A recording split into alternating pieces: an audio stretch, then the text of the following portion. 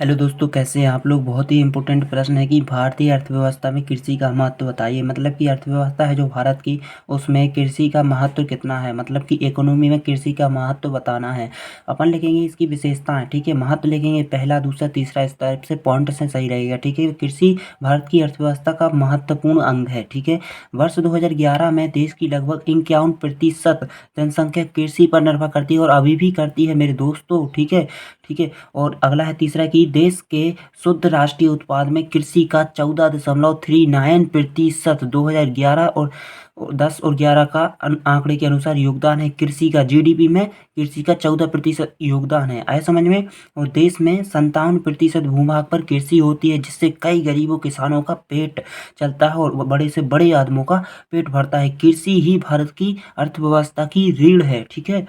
कृषि उत्पादन के निर्यात से भारत को पर्याप्त विदेशी मुद्रा प्राप्त होती है, ठीक है। भारत में जो अर्थव्यवस्था है वो कृषि पर ही एक प्रकार से कहा जाए तो टिकी हुई है, ठीक है।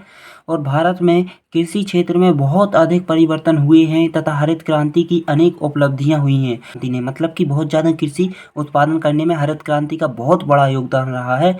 और एक प्रकार से कहा जाए कि भारत की जीडीपी इकोनॉमी में कृषि का एक बड़ा ही हाथ है, ठीक है।